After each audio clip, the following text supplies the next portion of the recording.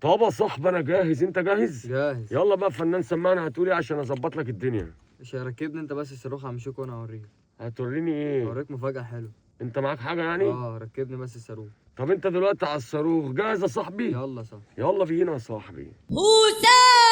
صحك الشغل من نومك، قال يعني هتسد ديونك، لا شغلك نافع ولا نومك، زي ما رحت زي ما جيت، الخضرة في ايدك نشفانة، كحيان وظروفك تعبانة، هقولها وبكل امانة، احسن لك اقعد في البيت. في ايه يا فنان؟ انت بتشجع الناس على الشغل ولا بتحبطنا يا جدعان؟ في ايه يا فنان؟ احنا ما بنصدق ننزل نشتغل بنقوي نفسينا، جاي تحبطنا ليه؟ طيب واحنا لو ما نزلناش الشغل مش هنسجل لحضرتك يا فنان. بتحبطني ليه بقى؟ ما تحبطنيش، مش عايزك تحبطني. انت بتحبط الناس ليه؟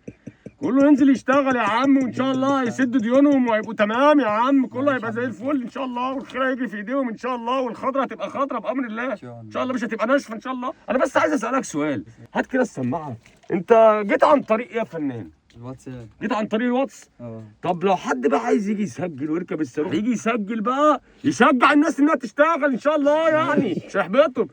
يعمل ايه بقى؟ تواصل فين ولا فين الرقم ولا الرقم اهو. الله ده ظهر، ده ظهر بجد. متشكرين جدا يا فنان. تعالى بقى نروح انا وانت ايه الشغل مع بعضينا.